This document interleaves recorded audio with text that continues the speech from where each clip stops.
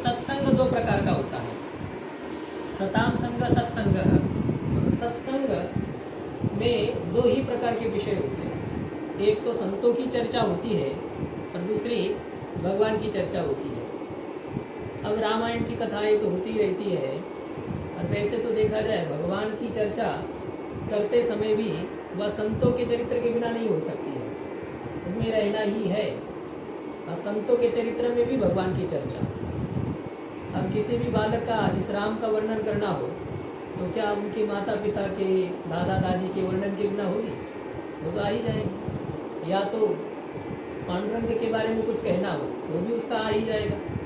तो वैसे ही भक्त और भगवान का जो रिश्ता होता है वह इस प्रकार का होता है, चाहे वो पिता और पुत्र के समान वात्सल्य भाव से रिश्ता हो, और चाहे वो सेवक और स्वामी के समान स्व स्वामी भाव के वैसा रिश्ता हो, चाहे पति और पत्नी के समान उस प्रकार का भाव भक्तों का भगवान के प्रति होता है। इसलिए भक्त के बारे में कुछ कहा जाए और भगवान के बारे में कुछ न कहा जाए, ये संभव ही नहीं है।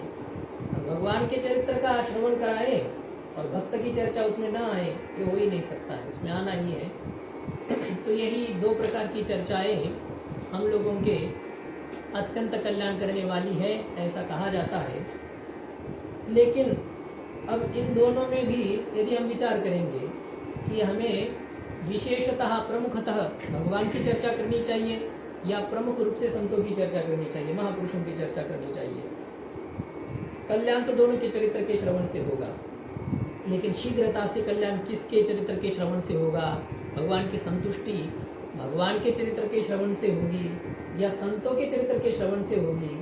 ऐसा यदि विचार किया जाता है तो भगवान अपने भक्तों की अपेक्षा से, अपने चरित्र का श्रवण करने वालों की अपेक्षा से भक्तों के चरित्र के श्रवण करने वालों के प्रति अत्यंत प्रसन्न होते, शीघ्रता से प्रसन्न होते। अपने चरित्र में उनको इतनी रुचि नहीं आती है, लेकिन संतों के चरित्र का श्रवण करने के लिए प्रथम श्रोता भगवान होते हैं, भक्त चरित्र के श्रोता भगवान होते हैं। त्यापासून बरोबर आहे की? हाँ, हनुमान जी जैसे होता है, जैसे रहते हैं। तो हनुमान जी तो रहते ही है, लेकिन अब जब भक्तों का चरित्र श्रवण करने की बात आती तो खुद भगवान आकर के बैठ जाते हैं। भक्त चरित्र के प्रथम श्रोता भगवान होते हैं। ये भक्त माल एक ग्रंथ है ना, जिसमें भक्तों की चर्चा की गई है। तो जयपुर के पास में ऐसा सुना जाता, हमने सुना है महापुरुषों से कि भक्त माल की कथा हो रही थी, तो पंडित जी ने किसी भक्त का चरित्र सुनाया और उनको कोई काम होगा, किसी कारण से वो चले गए। फिर कहा कि जब आएंगे तब उससे आगे हम चरित्र सुनाएंगे, ऐसा ही। अब वो चले गए, फिर दोबारा जब आए तो कहा कि पिछली बार हमारा चरित्र कहाँ तक हुआ था, किस महापुरुष का चरित्र का श्रवण चल रहा था। तो श्रोता तो क्या है, जब उस समय सुनते हैं तो सुनते और इधर से फिर उनका तो चला ही जाता है, इतनी कौन याद रखे। अब उसमें कई कई महापुरुषों के सत्संग बीच बीच में होते रहते हैं, तो ये तो उनके स्मरण में रहा नहीं, सब भूल गए। तो जो कथावाचक थे वे बहुत नाराज हो गए, कैसे आप लोग सुनने वाले हो, संतों का चरित्र हम आपको सुना रहे हैं और किस संत का चरित्र चल रहा है ये आपको पता नहीं है, याद नहीं है। ठीक है, हम कथा नहीं सुनाएंगे। ऐसे रस रहित जो श्रोता है, ऐसे श्रोतागणों को कथा सुनने से क्या लाभ? रसिक होना चाहिए उसके लिए, और जिस क्षेत्र का जो व्यक्ति होता है वही उसकी महिमा जानता है। दूसरे के क्षेत्र की महिमा क्या जाने? जो जेठीचे गौरव नेने तयासी ते भेंगुड़वाने, ज्ञानेश्वर महाराज जी कहते हैं। जिस क्षेत्र की महिमा जो नहीं जानता है उसके लिए वो ऐसा ही, वो तुच्छ है, उसकी कोई कीमत उसके सामने नहीं होती है। जो इंजीनियरिंग क्षेत्र का है उसके लिए इंजीनियर आने पर उसको आपस में बात करने में जो रस आएगा वो वकील मिलने पर नहीं आएगा, और किसान मिलने पर तो बिल्कुल नहीं आएगा। तो कहेगा किसान मूर्ख है, बिना काम इतना मेहनत करता है, शारीरिक श्रम करता है, और साल भर मेहनत करने पर क्या है, लाख रुपए पाता है ज़्यादा से ज़्यादा, और हम तो महीने में इतना कमा लेते हैं आराम से। फिर तो जो जिस क्षेत्र का होता है वही उसकी महिमा समझ पाता है। तो जो नहीं है इस प्रकार के श्रोतागण, ऐसे श्रोताओं को सुनाने से क्या लाभ? ऐसा पंडित जी ने कहा, अब हम नहीं सुनाएंगे नहीं, कथा नहीं सुनाएंगे। तो जब कथा छोड़ करके पंडित जी जाने लगे तो वहाँ के जो ठाकुर जी है गोविंद देव जी, ये वृंदावन में थे पहले, लेकिन बाद में मुगलों के समय में वो जयपुर चले गए हैं। तो गोविंद देव जी ने अपने जो पुजारी थे उन पुजारी को कहा कि जाओ पंडित जी को कहो कि आप रैदास जी का चरित्र सुना रहे थे और वहाँ से आगे की कथा सुनाइएगा, नहीं तो चले जाएंगे और मैं सुनना चाहता हूँ भक्तों का चरित्र। तो जब वो पुजारी गए और उन्होंने कहा कि आप रैदास जी की कथा कह रहे थे, वहाँ से आगे की आगे कथा सुनानी है, तो कैसे आपको कैसे ये हुआ, आपको कैसे याद आ गई? बोले याद तो नहीं आई, लेकिन ठाकुर जी ने हमको बताया कि ऐसे ऐसी कथाएं चल रही है। तब से ये निश्चित हो गया कि भक्तों के चरित्र के प्रथम श्रोता भगवान होते हैं। बहुत प्रेम से भगवान भक्तों का चरित्र सुनते हैं। जिस प्रेम से भक्त भगवान को पुकारते हैं, उसी प्रेम से भगवान भी भक्तों के चरित्र का गान करते हैं, उनके नामों का कीर्तन करते हैं। श्री राम जय राम जय जय राम हम करते तो भगवान भी उन्हीं के नामों का, ज्ञानदेव तुकाराम, चाहे नामदेव जनाबाई, भानुदास एकनाथ, संतों के नामों की चर्चा करते हैं। तो इसलिए हम लोग अभी जो चर्चा करने वाले हैं, ये भरत जी के चरित्र की चर्चा करने वाले हैं। राम जी का चरित्र तो है ही है, लेकिन अब भरत जी का उससे भी अधिक महत्वपूर्ण ऐसा चरित्र है, संतों का चरित्र जो भगवान को अत्यंत प्रिय है। संत ज्ञानेश्वर महाराज जी 12वें अध्याय में कहते हैं, ते ही प्राणा परवते आवड़ती मज निरुते जे भक्त चरित्राते प्रशंसिति। भगवान कहते हैं कि वे मुझे प्राण से भी अधिक प्रिय है। वैसे तो भगवान को भक्त प्राण जैसे प्रिय होते हैं, हमको अत्यंत प्रिय क्या है? क्या प्रिय है? बेटा प्रिय है या पत्नी प्रिय है, माँ प्रिय है या बाप प्रिय है, जमीन प्रिय है, क्या प्रिय है? हमारे अपने प्राण हमको अत्यंत प्रिय होते हैं। सबके प्राण अपने आप को बहुत प्रिय होते हैं। तो भगवान को भी यदि हम अपने जैसे ही देखें तो भगवान को भी क्या है? प्राण ही प्रिय है। लेकिन भगवान को प्राण के जैसे प्रिय अथवा भगवान प्राण किसे मानते हैं? तो भगवान के प्राण हैं भगवान के जो भक्त हैं। तो भगवान के भक्त ही भगवान के प्राण होते हैं। अर्थात भगवान को अपने भक्त प्राण के जैसे प्रिय होते हैं। ये एकादश स्कंद में भगवान कह रहे हैं कि मुझे लक्ष्मी वैसे प्रिय नहीं है, बलदेव जी भी मुझे वैसे प्रिय नहीं है, और मेरे पुत्र ब्रह्मा जी भी मुझे उतने प्रिय नहीं है, शंकर जी मुझे उतने प्रिय नहीं है जितने आप जैसे भक्त प्रिय हैं। तो भगवान अपने भक्तों के प्रति प्राण के समान प्रेम करते हैं। तब ये बात हो गई, प्राण से अधिक प्रिय कौन है हम लोगों के लिए? कोई भी नहीं ना। तो यही हो गया, भगवान को अत्यंत प्रिय कौन है? अपने भक्त हैं। लेकिन ज्ञानेश्वर महाराज जी कहते हैं कि ऐसा नहीं है, प्राण से भी अधिक भगवान को कोई प्रिय है। तो कौन प्रिय है? बोले जे भक्त चरित्राते प्रशंसिति। भगवान को अपने प्राण से भी अधिक प्रिय होते हैं जो भगवान के भक्तों की चर्चा करते हैं। तो अपनी चर्चा भगवान को इतनी प्रिय नहीं है। वो वस्तुतः भक्त नहीं है जो भगवान के साक्षात भजन करने वाले हैं, अपितु वो प्रधान भक्त है जो भगवान के भक्तों के भक्त होते हैं। तुमची ये दासीचा दास करून ठेवा, आशीर्वाद देवा हाची मजे। तो संतों के दासों का दास बनना या संतों का दास बनना, तो यही सर्वश्रेष्ठ उपलब्धि है, उपाधि है। तो ये इसलिए जो दो प्रकार की चर्चा का हम लोगों ने भूमिका देखी, भगवान की चर्चा और भगवान के भक्तों की चर्चा, दोनों को सत्संग कहेंगे। किंतु संतों की चर्चा भगवान की चर्चा से भी विशेष महत्वपूर्ण होती है।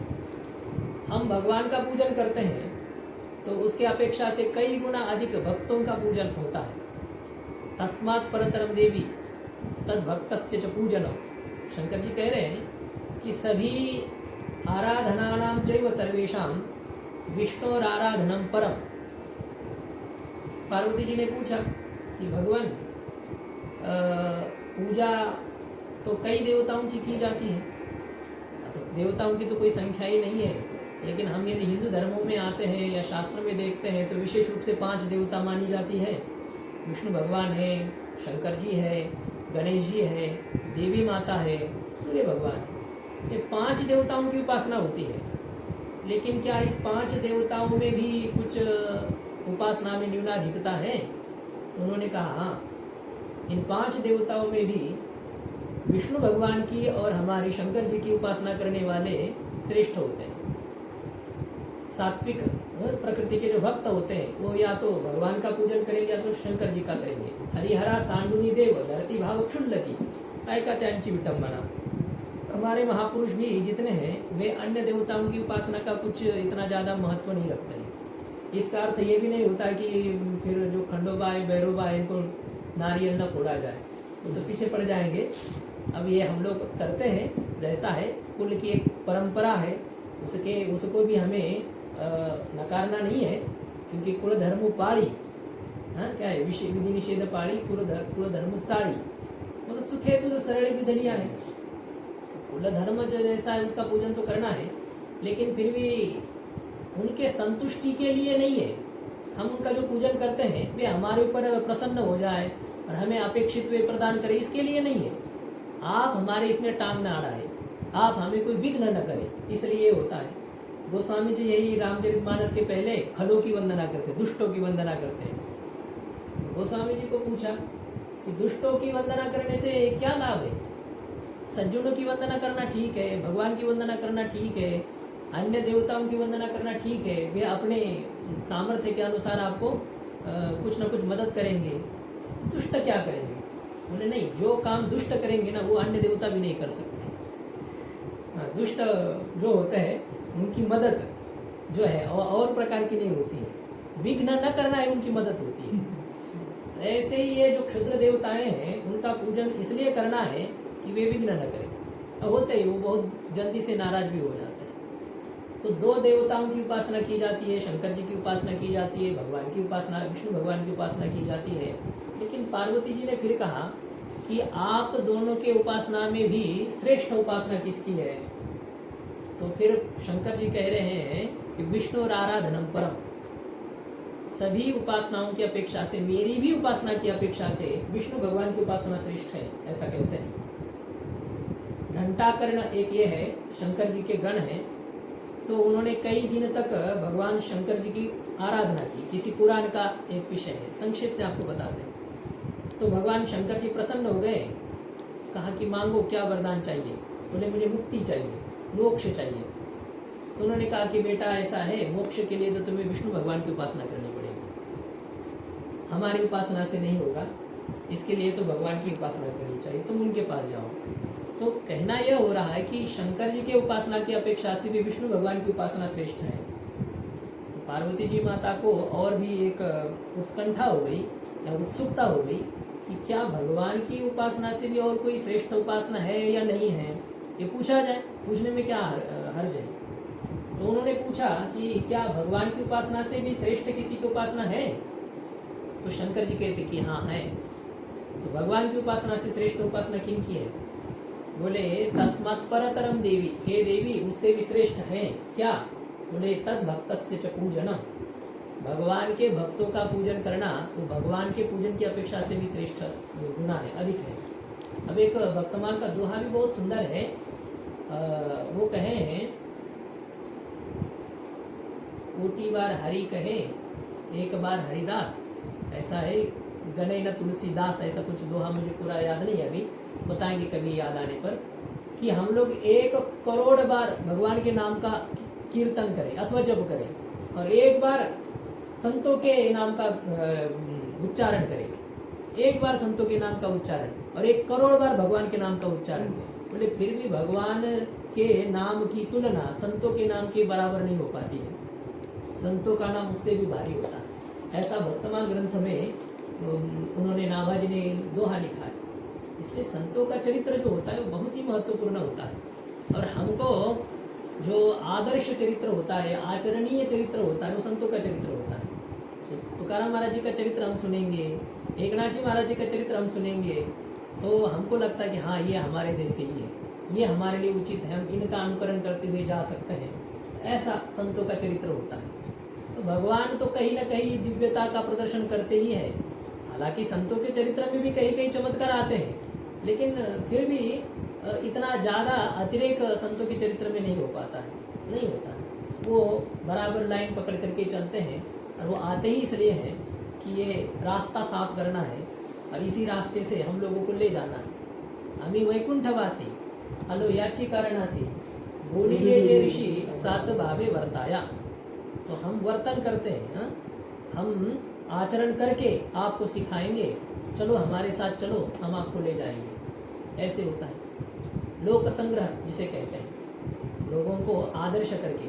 अरब काचे साठी पंते हाथी धरली पाटी, तैसे संत जगी क्रिया करुणे दाविती अंगी। महापुरुष जो होते हैं वे आचरण करके दिखाते हैं, संत जो होते हैं विशेष।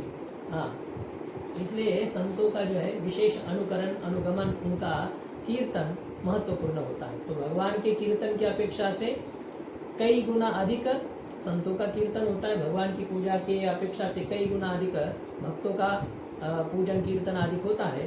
तो इसलिए इस रामायण के पात्रों में अत्यंत महत्वपूर्ण ऐसे जो पात्र हैं, उस पात्र की हम लोग चर्चा कर रहे हैं। तो वह पात्र है प्रेम मूर्ति भरत जी महाराज। तो ये इनका चरित्र राम जी को बहुत प्रिय है। या किसी भी हनुमान जी का चरित्र हो, चाहे भरत जी का चरित्र हो, चाहे लखन जी का चरित्र हो, संतों का चरित्र भगवान को प्रिय होता है। और उसमें भी हम लोग यदि देखेंगे रामायण में, तो भरत जी के प्रति राम जी का ज़्यादा ही स्नेह है, अत्यधिक ही प्रेम है भरत जी के प्रति। तो इसलिए हम यदि राम जी को प्रसन्न करना चाहते हैं तो उनको क्या प्रिय है ये देख करके हमें करना चाहिए। हम किसी मैया को प्रसन्न करना चाहते हैं तो वो देखना है कि ये वो उसको आप अच्छे से साड़ी दे दो और क्या क्या उनका सम्मान करो, उससे उसकी उतनी संतुष्टि नहीं होगी। बच्चे को आप कहो कि कितना सुंदर बालक है, कितना मधुर बोलता है, कितना अच्छा चलता है, ऐसे वो करने से वो उससे प्रसन्न नहीं होती है। हमारे एक मित्र थे, वो पुणे में दुकान चलाते थे, कपड़े का आदि का दुकान था वो। बाद में वो ऋषिकेश आए तो कहते थे, बोले हम लोग जो है ना टॉफी का डिब्बा भर के रखते थे। किस लिए? जब कोई मैया से छोटे बालक को लेकर के आती थी तो पहले हम जो है ना एक टॉफ़ी निकाल करके उनको देते थे बच्चे के हाथ में। और जब टॉफ़ी दे दी ना तो कुछ ना कुछ खरीदे बिना जा नहीं सकती है।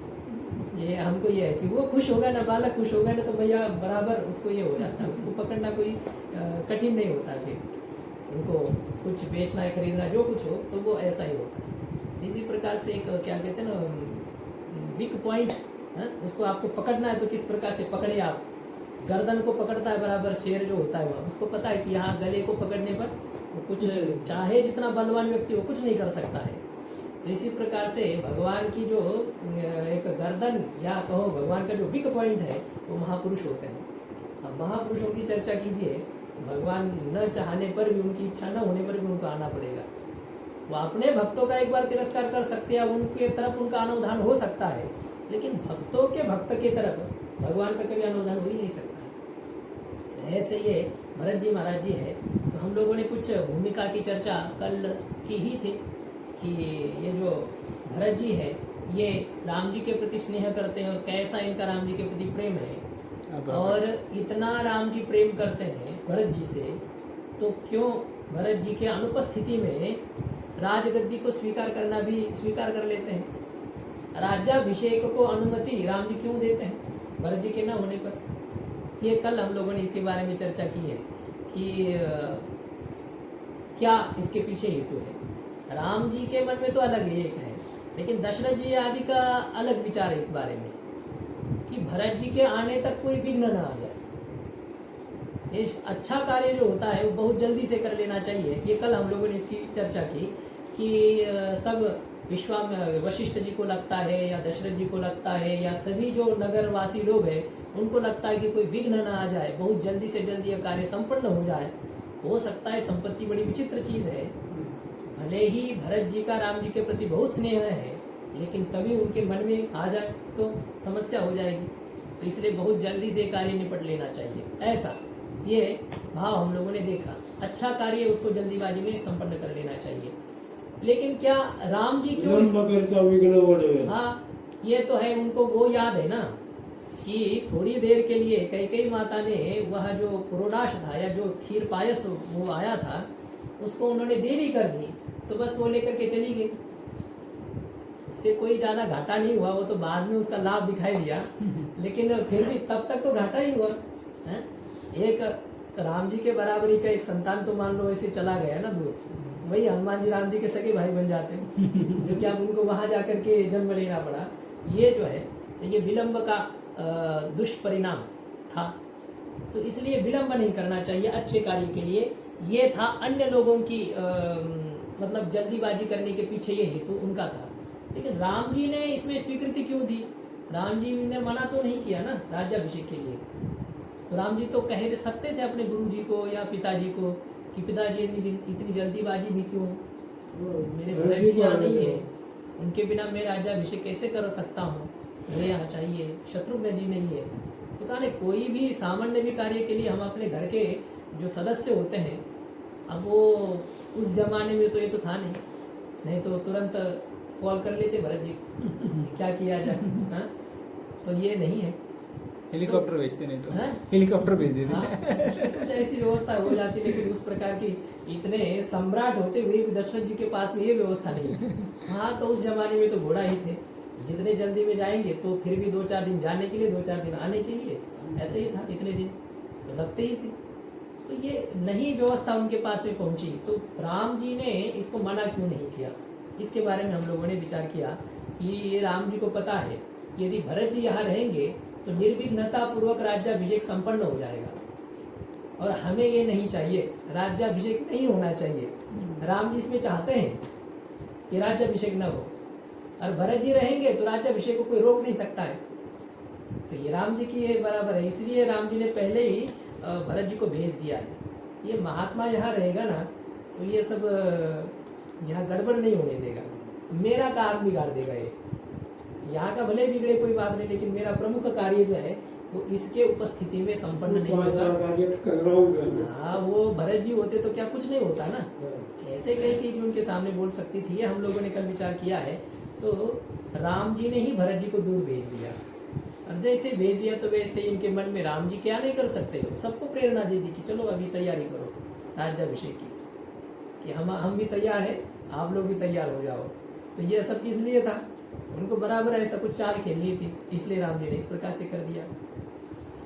तो उसी समय देखा गया कि तब सब तैयारी होने पर शुभ समाचार देने के लिए दशरथ जी कैकेयी के महल में जाते हैं, और कैकेयी जी को जिस जैसे ही समाचार देना है, लेकिन उससे पहले ही मंथरा जी ने सब कुछ उनको बिगाड़ दिया है, उनको सब ये समझा दिया है अच्छी तरह से, जैसे जिस प्रकार से उसको समझाना होता है वैसे। तो वो कोप भवन में जा करके लेटी हुई है। तो दशरथ जी वहाँ पर मनाने के लिए जाते हैं, उनको कहते हैं कि अरे तुम कोप भवन में पड़ी हो, तुम्हें पता नहीं है क्या होने वाला है, यदि मैं समाचार सुनाऊंगा तो तुम अत्यंत ही संतुष्ट हो जाएगी। इस प्रकार से दशरथ जी कहते हैं। तो वो कहती है आप मुझे क्या समाचार देने वाले हैं, मुझे पता चल चुका है, और आप समझते कि वो बहुत प्रिय समाचार है। बोले नहीं, वो प्रिय समाचार नहीं है। तो क्या तुम राम जी से प्रेम नहीं करती हो? बोले नहीं, करती थी, अभी नहीं, क्योंकि अब क्या है, अब मेरा पुत्र और राम जी, अब ये दोनों है मेरे सामने, तो अब इनमें से किसका चयन करना है? तो कोई भी मैया ले लो, अपना पुत्र है और किसी अपने सौत का पुत्र हो, बहन का पुत्र हो, भाई का पुत्र हो, और किसी का पुत्र हो, वो तो अपने पुत्र के प्रति ध्यान देंगे ना। वो तो यही लगेगा कि हाँ इसका होना चाहिए, और दूसरे का भले हो ना हो। तो ये इस प्रकार से ऐसे ही हुआ। अब राम जी का राज्याभिषेक होना है, इसका मतलब है भरत जी को दूर करना, और भरत जी का राज्याभिषेक होना इसका मतलब है राम जी को दूर करना, दूर हटाना। तो ये ठीक है, राम जी को दूर हटाना सही है, भरत जी को राजा मुझे बनाना है। इस प्रकार की ये कुत्सित ऐसी आशा, इच्छा, महत्वाकांक्षा ये कैकेयी के मन में मंथरा के द्वारा निर्माण की गई। ऐसा हो गया, और इतना उसको मतलब क्या है, मंथरा ने पक्का बना करके रखा था ना। दशरथ जी चाहे जितना समझाए, कैकेयी समझ नहीं सकती है, इस प्रकार से उन्होंने बना करके रखा था। तो दशरथ जी जाते हैं, समझाने का प्रयास करते हैं, लेकिन वो नहीं समझती है। तो कहते हैं कि तुम क्या चाहती हो, बताओ तुम्हें क्या चाहिए।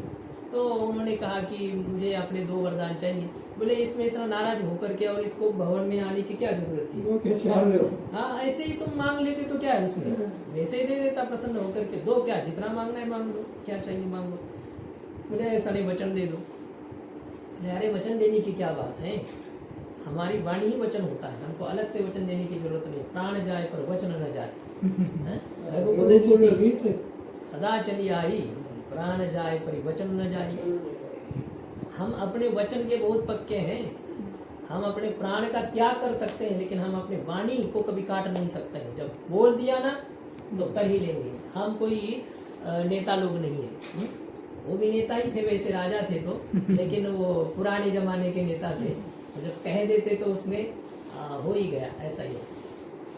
तो दशरथ जी का वह वचन था, तो भी कैकेयी जी का विश्वास नहीं हुआ। उन्होंने कहा कि आप वचन दे दो। कहा कि ठीक है, वचन दे दिया, मांगो क्या चाहती हो। तो उन्होंने यही 2 वरदान मांगे कि पहले वरदान से मैं भरत जी का राज्याभिषेक को चाहती हूँ। तो दशरथ जी को कोई इतना बुरा नहीं लगा, क्योंकि राम जी के प्रति उनका प्रेम अधिक तो था ही, लेकिन भरत जी भी तो उनके ही पुत्र थे। और दशरथ जी को ये पूरा विश्वास था कि भरत जी का राज्याभिषेक होने पर भी राम जी को कोई बुरा नहीं लगेगा। और हालांकि यह है कि जैसे ही भरत जी के राज्याभिषेक की बात उठेगी तो भरत जी कभी स्वीकार नहीं कर सकते हैं। ये दशरथ जी को विश्वास था।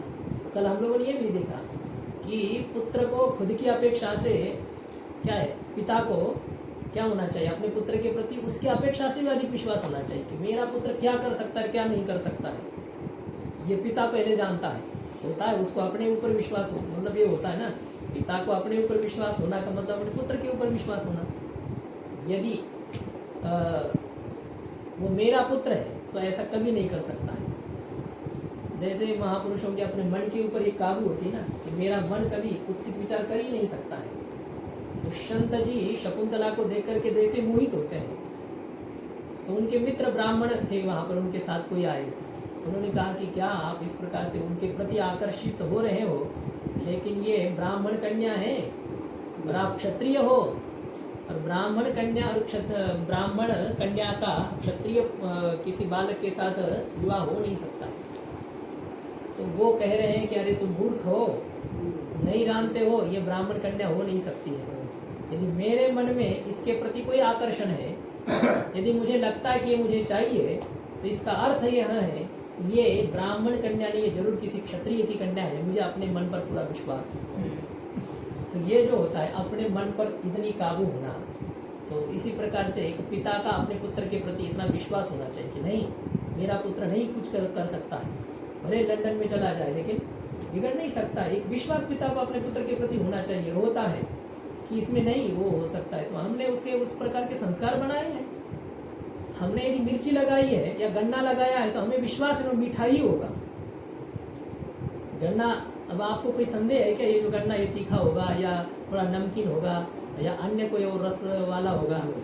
आपको विश्वास है कि वो मीठा ही है, कि उसका जो बीज है वो मीठा है, इसलिए बनने वाला जो गन्ना है वो मीठा ही रहेगा। तो पिता जो होता है पुत्र का बीज होता है ना, माता पिता जो होते हैं, इसलिए उनको भी पता होता है कि हाँ ऐसा है। शुद्ध पिता कोटि फड़े रसाल कोमटी। दशरथ जी को ये विश्वास है कि मेरा पुत्र भरत कभी राजगद्दी को स्वीकार नहीं कर सकता है, और मेरा पुत्र राम कभी भी भरत जी के राज्याभिषेक का विरोध नहीं कर सकता है। तो इसलिए ये प्रथम वरदान के प्रति सुनने पर दशरथ जी को कोई बुरा नहीं लगा। कहा कि कोई बात नहीं, जैसा तुम चाहती हो। हाँ, ये जरूर था कि इसमें विद्रोह हो जाएगा, जनता जो है ये इसमें ये करेगी, विरोध करेगी। हाँ, वो तो दिखाई और राम जी का और भरत जी का एज हाँ बराबर ही है, बराबर ही था। चारों तो बराबर ही है ना दोनों में, क्या है? तो उससे अरे भी उसमें बड़ा छोटा थोड़ा बहुत मिनट का या घंटे का भी मान लो, इतने भी देरी उनमें तो है नहीं, बराबर की है, उसमें क्या है? शास्त्र के हिसाब से भी वो हाँ, लेकिन फिर भी बड़े को राजा का राजगद्दी का अधिकार है। तो बड़ा इसका अर्थ ये नहीं होता कि 10-5 साल का बड़ा होना चाहिए। बड़ा का अर्थ 1 मिनट से भी बड़ा हो तो बड़ा ही है। हिरण्यकशिपु बड़ा है तो बड़ा है, हिरण्याक्ष छोटा है तो छोटा है। तो क्यों छोटा है? तो ये जुड़वे हैं, लेकिन फिर भी गर्भाधान संस्कार पहले किसका हुआ है वो बड़ा है। इस प्रकार से तो जन्म तो हिरण्याक्ष का पहला होता है, हिरण्यकशिपु बाद में पैदा हुई, लेकिन बाद में पैदा हुई इसका मतलब क्या है? गर्भाधान संस्कार पहले हिरण्यकशिपु का हुआ और बाद में हिरण्याक्ष का हुआ। आवळे जावळे होते ना, हाँ, दोनों एक साथ ही तो हुए हैं। आवळे जावळेमध्ये जो नंतर जन्म होतो तोच वो मोठा. हाँ, वो बड़ा माना जाता है। इस प्रकार से होता है। नहीं, पहला जन्म तो नहीं का? नहीं, पहला जन्म नहीं, वो जो होता है ना गर्भाधान में जो होता है वो पहला बीज आरोपण किसका होगा, बाद वाले का होगा ना। तो इस प्रकार से होता है, तो वो बड़ा माना जाता है। ऐसा है क्या? श्री राम को तो राम जी का राज्याभिषेक में यदि विघ्न हो जाए, वह भरत जी का कर लेंगे तो हमें तो कोई आपत्ति नहीं है, राम जी को कोई आपत्ति नहीं है, लेकिन आपत्ति है प्रजा को। तो कोई बात नहीं, उसमें प्रजा को सुधार समझ जाएगी। अच्छा, और जानती भी है, प्रजा भी जानती है कि भरत जी और राम जी का कितना प्रेम है, ये प्रजा को भी पता है। आखिर भाई भाई है वो, तो कोई भी यदि राम जी सहमति दे रही है तो प्रजा को क्या इतना हर्ज होना चाहिए, समझाया जा सकता है। कि पहले वर के बारे में दशरथ जी को कोई बुरा नहीं लगा, लेकिन जैसे ही दूसरा वर कैकेयी ने मांगा कि राम को 14 वर्ष का वनवास, हाँ, बलकल धारण करके और ये सब कुछ राज जो वस्त्र है उसको छोड़ करके और पैदल राम जी जो है, हाँ, मुनि का वेश धारण करके राम जी जो है जंगल में घूमेंगे, यह सुनते ही दशरथ जी बेहोश हो गए, खड़े खड़े गिर गए बेहोश ऐसे होकर के। क्योंकि ये नहीं, राम जी राजा बने ना बने इससे कोई मतलब नहीं है, लेकिन राम जी मेरे दृष्टि के सामने बने रहे, ऐसा ये है। उनके प्रति प्रेम है, पिता का पुत्र के प्रति प्रेम होता ही है, होना भी चाहिए। लेकिन अब वहाँ एक और है, वहाँ उनके पुत्र राम है, नाम के नहीं साक्षात राम है। तो जब है उस प्रकार के पुत्र बने हैं, वहाँ पुत्र के भाव से भी क्यों ना हो, लेकिन प्रेम हो रहा है भगवान के ऊपर, तो किसी प्रकार से हो। यदि भगवान से प्रेम होता है तो वो तो उसका कल्याण तो होना ही है। चाहे जिस प्रकार से वो कहते हैं ना कि क्या है, प्याज को क्या कहते हैं ना, वो जैसे कि अपना छुरी होती है, उस छुरी के द्वारा कटवाया जाए, तो छुरी के ऊपर प्याज गिर या प्याज के ऊपर छुरी गिरे, ऐसे जो कहते हैं ना, किसी प्रकार से कटना तो प्याज को ही है। इसी प्रकार से राम जी के प्रति, भगवान के प्रति कैसा भी प्रेम करो आप, चाहे पुत्र के भाव से करो, चाहे पति के भाव से करो, चाहे किसी प्रकार से हो, कोई भी भाव प्रकार का वो भी हो, जिस किसी प्रकार से हो, रिश्ता भगवान के साथ होना चाहिए। चाहे आप उसे पुत्र मानो, चाहे पिता मानो, चाहे भाई मानो, किसी भी प्रकार से हो। तो दशरथ जी का प्रेम जो है राम जी के प्रति है, तो दशरथ जी ये चाहते हैं कि राम जी चाहे जैसे हो, मेरे दृष्टि से वो इधर उधर नहीं जाने चाहिए, इतना प्रेम उनका क्या है। और राम जी को वनवास सुनते ही दशरथ जी बेहोश हो जाते हैं, और जैसे ही होश में आते हैं तो उनको पैर छूते हैं, कहते कि तुम मुझे भिक्षा दे दो, मेरे ऊपर कृपा करो। ये दूसरा मैं प्रार्थना करता हूँ, हाथ जोड़ करके प्रार्थना करता हूँ। एक सम्राट है पृथ्वी का, तो किसी के देवराज इंद्र भी उनके सामने झुकता है, देवराज इंद्र जिनके मित्र है, और ऐसे दशरथ जी महाराज कैकेयी के सामने घुटने टेक करके बैठे हुए हैं। यही हालत होती है। हाँ, दुनिया में आप चाहे जहाँ पर जिस प्रकार से दहाड़ सकते हो, लेकिन वहाँ आकर के सबको सर नीचे करना पड़ता है, ऐसे ही होता है ना। वो शुरुआत कहाँ से होती है, जब वरमाला चढ़ानी है तभी सर नीचे किया जाता है। अब ये सर ऐसा ही रहेगा, अब ये नहीं कि आप एक बार किया हो तो ऐसे चेक टाइट करेंगे, ऐसा नहीं। तिच्यावर प्रेम आहे म्हणून दुःखाचा असं नाही, ते रामाकरताच हो काय लागले। हाँ, यहाँ तो ऐसा है, और वैसा भी नहीं, प्रेम तो था ही उनका प्रति। अब दशरथ जी के बारे में ऐसे ही आता है, वो विशेष प्रेम उनसे था। लेकिन अभी आप ठीक कह रहे हैं, यहाँ तो क्या था, होता ही है ऐसा ही, पत्नी के प्रति प्रेम रहता है तब तक जब तक पुत्र न हो। पुत्र संतति जब हो जाती ना तो प्रेम बढ़ जाता है, तो फिर पुत्र के प्रति अधिक प्रेम हो जाता है, पत्नी के प्रति थोड़ा सा कम होता है।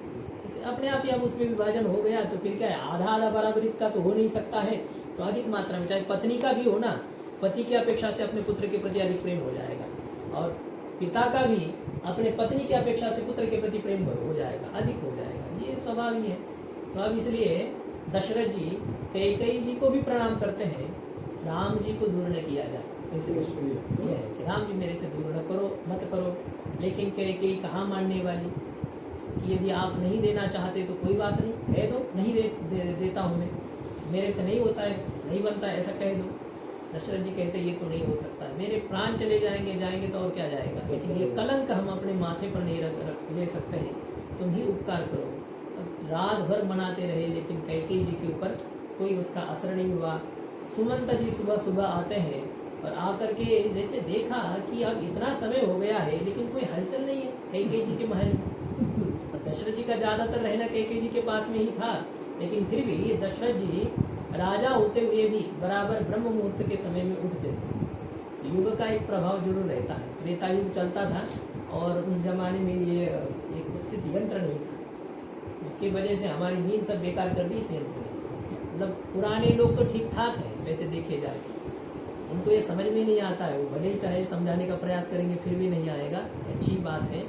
अब ये नई पीढ़ी में ये सबसे अपने दिनचर्या में बाधक ये यंत्र है, नींद आती ही नहीं है। हाँ, चाहे मोबाइल में रिचार्ज हो चाहे ना भी हो, ना हो तो कहते हैं अरे नींद ही नहीं आती है, यदि होता तो कुछ ना कुछ देख लेते, और यदि रहता है तब तो फिर तो देखना ही देखना है। समय हमारा इधर उधर हो जाता है, और जो व्यक्ति सोता ही 12-1-2 बजे है तो वो व्यक्ति सूर्योदय के पहले भी कैसे जग सकता है? 10 बजे ही जगना है। ब्रह्म मुहूर्त के समय में दशरथ जी जगते हैं और अपनी दिनचर्या संध्या वंदन आदि करते हैं। दशरथ जी बाहर क्यों नहीं आए? आज क्या बात है, बहुत समय हो गया बाहर नहीं आ रहे हैं, तो कोई अंदर प्रविष्ट भी नहीं हो सकता है। वो एक उसकी मर्यादा रहती थी, कोई भी अंदर जाए ऐसे कैसे हो सकता है। लेकिन फिर कुछ विशेष व्यक्ति ऐसे भी होते थे जिनको कहीं रोक टोक नहीं रहती थी, तो उसमें से सुमंत जी थे। ये दशरथ जी के मंत्री जरूर थे, लेकिन दशरथ जी के मित्र भी थे, बराबर आयु वाले थे, और दशरथ जी उनका सम्मान करते थे। ऐसे होता है, व्यक्ति माँ की न माने, बाप की न माने, पत्नी की भी न माने, लेकिन मित्र की मान लेता है। तो बराबरी वाला का जो होता है ना, एक बात बनती है उनमें, कहने पर वो माना जाता है। तो कई ऐसे प्रसंग आ जाते हैं, तो सुमंत जी की बात दशरथ जी नकारते नहीं है। ऐसी बात है, दशरथ जी सुमंत जी आते हैं, अंदर प्रविष्ट तो ऐसे ही होते हैं, तो दशरथ जी की वो दुर्दशा देख करके, दुर्वस्था देख करके वो वैसे पड़े हुए हैं, आंखों से निरंतर आंसू की धारा चली हुई है, कभी बेहोश होते हैं, हा राम बीच बीच में कहते हैं। तो हुआ क्या? तो पूछते हैं महाराज क्या हुआ, लेकिन बोलने के होश में तो है नहीं, स्थिति में नहीं है। तो कैकेयी जी को ही पूछा, महारानी जी क्या बात है, क्यों महाराज जी की ऐसी दशा हो गई है, किस कारण से हो गई है? तो उन्होंने कहा कि क्या है महाराज जी, तो ऐसे ही है, वचन दे दिया है और देना अब उनसे बन नहीं रहा है, इसलिए रो रहे हैं। बोले नहीं क्या बात क्या हो गई, ऐसे थोड़ा खुल करके बताइए। बोले ऐसे वैसे हम नहीं बताएंगे, देखो इनके इस अवस्था का कारण वो राम है, जाओ उनको लेकर के आओ, तब मैं बताऊंगी क्या बात है। ऐसा सुमंत जी को लगा कि अब क्या ऐसा है। उन्होंने कहा कि महाराज जी आदेश करेंगे तो हम जाएंगे, वैसे नहीं।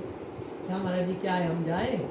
उन्होंने कहा राम को ले आओ, इसके लिए इतना ही, राम तो कह रहे थे, राम को ले आओ। तो तब सुमंत जी गए, क्योंकि उनको समझ में आ गया कि अब ये जो है ये थोड़ी सी टेढ़ी चल रही है, और ये महारानी है, ये महारानी इसलिए है कि हमारे राजा की प्रिय है कि नहीं, हमारे राजा के अनुकूल है इसलिए हम महारानी मानेंगे, या हमारे राजा के प्रतिकूल हो जाए तो हम इसको कुछ नहीं समझने वाले। तो कैकेयी आदेश दे रही है, जाइए राम जी को ले आइए। महाराज जी को पूछते, महाराज जाए, राम जी को लाए? हाँ ले आओ। तब सुमंत जी जाते हैं, उधर राम जी ने रात का व्रत किया है। कहा है कि एक दिन व्रत होना होता है, दूसरे दिन अभिषेक करना है, तो राम जी व्रत किए हैं, धरती पर सोए हैं, और जब संध्या वंदन उनका भी हो ही गया है, सुमंत जी आते हैं। हाँ वो सब कुछ जो हो गया है, सुमंत जी आते हैं और कहते कि आपको तुरंत दशरथ जी ने बुलाया है। अब उनको लगा कोई तैयारी होगी पहले से, पिताजी ने कहा होगा, कहा ठीक है। और जानकी जी को कहा कि आप जल्दी से तैयारी करो, क्योंकि माताओं के लिए जो है ना वो पहले से बताना पड़ता है। यदि आपको 10 बजे निकलना है तो उनको क्या बताना पड़ता है कि हमें 9 बजे निकलना है, याद रखना, तो फिर 10:30 बजे तक वो तैयार हो जाती है। ऐसे माताओं का आजकल की बात नहीं, पुरानी बात है कि पहले से चलती आई है, कुछ ना कुछ तो उनका पीछे रह ही जाएगा। तो ये किशोरी जी को कह दिया आप तैयारी करो, हम आते हैं। अब जैसे ही राम जी के साथ, सुमंत जी के साथ राम जी जाते हैं, और पिताजी को उस हालत में देख करके राम जी भी बहुत दुखी होते हैं, और पिताजी को प्रणाम करते हैं। पिताजी क्या बात है? तो खाली राम कह रहे, पिताजी को बोल नहीं रहे। माता जी को कहते हैं कि माता जी क्या बात है, क्यों पिताजी इतने नाराज हैं, क्या मेरे से कोई अपराध बना है क्या? तो कैकेयी जी कहती कि नहीं, अपराध तो नहीं है, लेकिन मैंने कुछ वरदान मांगे हैं, तो इस कारण से तुम्हारे पिताजी नाराज हैं। मतलब ये ऐसी उनकी अवस्था हो गई है। उन्होंने कहा कि बात क्या है माता जी, थोड़ा खुल करके बताइए, जो जैसा हो वो कह दीजिएगा। तो माता जी ने कहा कि ऐसे ऐसे 2 वर मैंने मांगे हैं। पहले वर के प्रति तो पिताजी को कोई बात नहीं हुई, मतलब कष्ट नहीं हुआ, किंतु तुम्हारे वनवास की बात सुन करके पिताजी को बहुत कष्ट हुआ है। तो राम जी कैकेयी माता को प्रणाम करते हुए कहते हैं और पिताजी को भी कहते हैं कि पिताजी इसमें कौन सी कठिन बात है, आपको इसमें कष्ट मानने की क्या जरूरी है, बहुत अच्छी बात है, वनवास का राज्य आपने मुझे दे दिया तो हम जंगल में जाकर के रहेंगे। और राम जी कहते हैं कि अयोध्या की अपेक्षा से वनवास में सब प्रकार से मेरा हित ही हित है। ऋषि मुनियों भोग का सामग्री ऋषि मुनियों का दर्शन संग होगा, उनका सत्संग बन जाएगा, तीर्थ यात्रा हो जाएगी पैदल। और यहाँ पर तो क्या भोग विलास ये सब, ये क्या है, नरक के ही हेतु बनने वाले। इसमें अच्छा सा अच्छा व्यक्ति क्यों ना हो, भोग संपत्ति जब प्राप्त हो जाती है तो व्यक्ति पूरी तरह से बदल जाता है, भूल जाता है अपनी जो स्थिति रहती है। तो इसलिए ये ठीक ही है, वनवास का राज्य माता जी के कृपा से हमको मिला है। और आपने जब उनको वचन ही दे दिया है, कोई बात नहीं, मुझे स्वीकार है, मुझे कोई हर्ज नहीं, मुझे कोई चिंता नहीं, कोई तकलीफ नहीं है, मैं उतना ही संतुष्ट हूँ। मुझे राज्य गद्दी देने वाले थे, उसमें मेरे जो सुख था, उसमें वनवास प्राप्त आपने देने पर भी मुझे कोई कष्ट नहीं है। राम जी उतने ही संतुष्ट है, कोई असर राम जी के ऊपर नहीं है। ये राम जी की एक स्थिति थी ना, मतलब चाहे जिस प्रकार का प्रसंग आ जाए, राम जी हमेशा संतुष्ट ही रहते थे। खिला हुआ एक मुख कमल राम जी का था। ये जो है ना, इसे कहते हैं स्थितप्रज्ञ जो महापुरुष होता है, प्रतिकूल परिस्थिति में और अनुकूल परिस्थिति में उसके ऊपर कोई बदलाव नहीं आता है। जैसा योगी, हाँ जैसा है, न प्रहिष्य प्रियम प्राप्य नो द्विजेत प्राप्य चा प्रियम दुखेष्वनुद्विग्रमणा सुखेषु विगतः प्रियः। दुख आने पर भी उनको इतनी पीड़ा नहीं है और सुख आने पर भी उतना उछलना नहीं है। निंदी को नहीं मारी, वंदी को नहीं पूजा करी, और यही नाही ते ही नाही बेगड़ा दुहे पास होनी। महापुरुष जो होते हैं ये संसार के अनुकूलता और प्रतिकूलता को कोई भाव नहीं देते। उनको पता ये कुछ नहीं, संसार की अनुकूलता होती नहीं है और संसार की प्रतिकूलता नहीं होती है। तो फिर अनुकूलता क्या और प्रतिकूलता क्या है? भगवान के चरित्रों में, संतों के चरित्र में, भगवान के कीर्तन में हमारा मन लग जाए, यही संसार की सर्वश्रेष्ठ अनुकूलता है। और भगवान में मन न लगना, यही संसार की सबसे बड़ी प्रतिकूलता है। हनुमान विपत्ति प्रभु सोई, जब तब स्मरण भजन न हुई। हे भगवान, हमारे ऊपर क्या आपत्ति है, क्या संकट है? संकट तो वही है जब तब सुमिरन भजन न हुई। जब आपका स्मरण, आपका भजन यदि ना हो तो वही सबसे बड़ी आपत्ति है, विपत्ति है, संकट है। तो यही सबसे बड़ा संकट होता है। ये तो हमारे लिए तो सब प्रकार से हितकर ही है।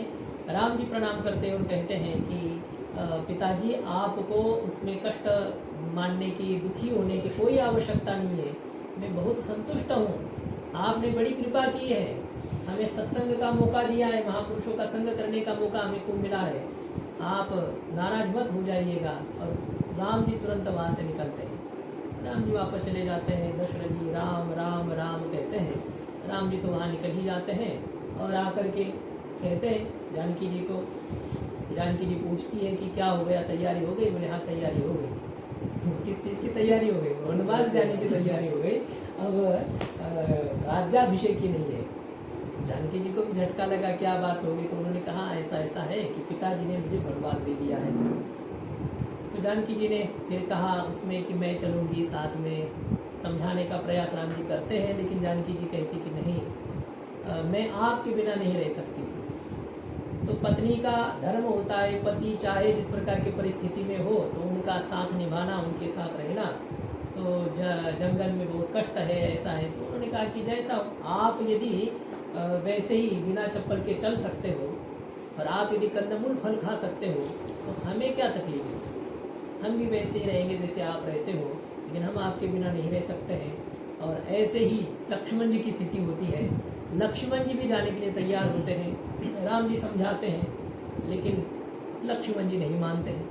कहा कि नहीं, हमारे माता पिता आप ही हो, तो इसलिए हमें किसी की अनुज्ञा लेने की भी जरूरत नहीं है। और हमें ये डर भी नहीं है कि इनकी सेवा नहीं करेंगे और दशरथ जी पिताजी मर जाएंगे।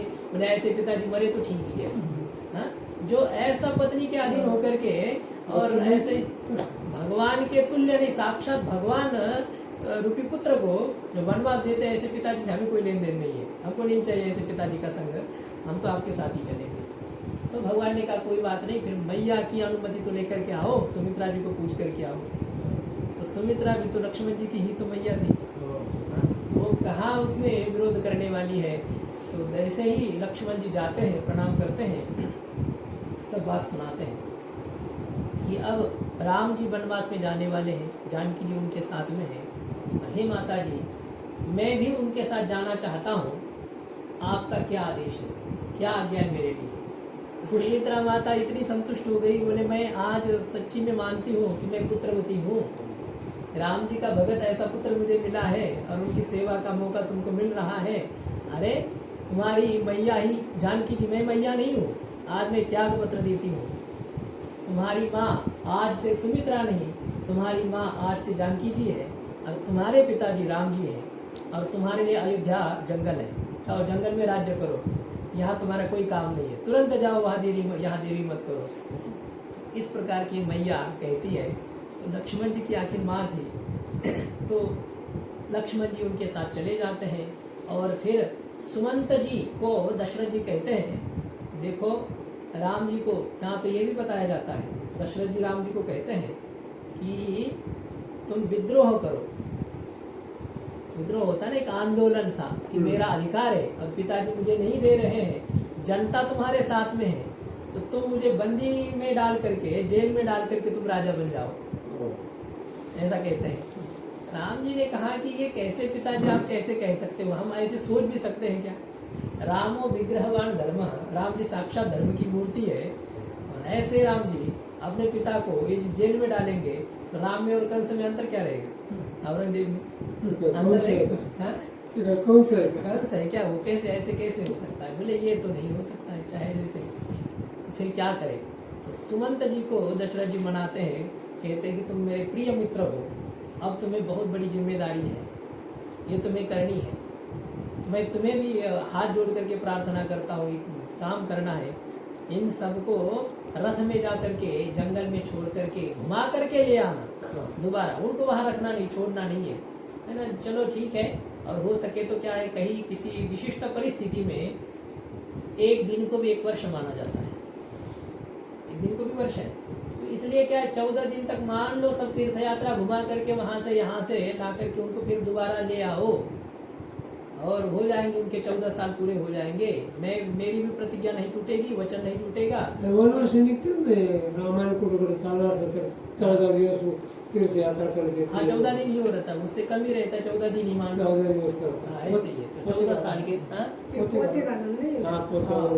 ऐसे श्री राम राम जय जय राम कीर्तन करते हुए चलते हैं। नहीं अभी जो त्र्यंबकेश्वर में आए थे वो लोग, बोले हम लोग जो है ना जहाँ जाते रुकते हैं तो फिर नाथ महाराज जी का रामायण वो चलता है, उसमें लक्ष्मण जी की शक्ति के समय में शायद निकलते हो, तो बोले अभी लक्ष्मण जी की शक्ति लगी हुई है तो हम लोग चलते हैं, उसमें एक एक अध्याय जोड़ने से 2 अध्याय पढ़ते हैं। वहाँ आए थे, इस आश्रम में रुके थे जहाँ हम रुके थे, कहा कि ये तो अच्छी पद्धति है, कई कई जगह अभी भी है। कहा कि 7-8 दिन में पंढरपुर की तरफ से थे और त्र्यंबकेश्वर पहुँचे, 7-8 दिन में आप सब यहाँ कैसे आ गए। बोले हमारा वनवास तो अब कलयुग के राम जी का है ना, हम क्या करते हैं गांव आ जाता है तो फिर कीर्तन चालू कर देते हैं, गांव से बाहर निकलते तो गाड़ी में बैठ जाते हैं, ऐसे हमारे कीर्तन होता है। तो ऐसे हम 7-8 दिन में पहुँचे हैं, ऐसा ही राम जी का वनवास है, ऐसी तीर्थ यात्रा है, ऐसा कहते हैं। अब सुमंत जी जो है राम जी को लेकर के जाएंगे। हम लोग तो आज थोड़ा सा इकल्ला और थोड़ा सा अंदर जाएंगे। अभी गोस्वामी जी ने जैसे ये जिस पद्धति से भरत जी के चरित्र को प्रकट किया है ना, तो उसी प्रकार से हम लोग विचार करेंगे अभी। अब तो राम जी आज मान लो हमने वनवास में भेज दिया, राम जी सुमंत जी के साथ जंगल में चले गए। अब उसके बाद में सुमंत जी जब उनको छोड़ करके आते हैं तो आते समय उनको कैसी पीड़ा होती है, और जब उनके बाद में दशरथ जी के साथ उनका वार्तालाप होता है उस समय क्या है, और राम जी सुमंत जी को क्या संदेश देते हैं, ये चर्चा 2-3 प्रकार की चर्चा हम लोग कल करेंगे। और कल जो है हम लोग मुख्य भरत जी के चरित्र में प्रवेश करेंगे। भरत जी को ये समाचार मिलेगा, समाचार क्या मिलेगा, बस गुरुदेव ने भेजा है और जल्दी आपको आना है, और कुछ नहीं बताया है। लेकिन शकुन जो है पहले या अपशकुन भरत जी को होते हैं, वो जो चर्चा है वो हम लोग कल करते हैं। आज केवल राम जी वनवास में चले गए हैं। कुंडलीक वरदान श्री ज्ञानदेव भगवान की जय।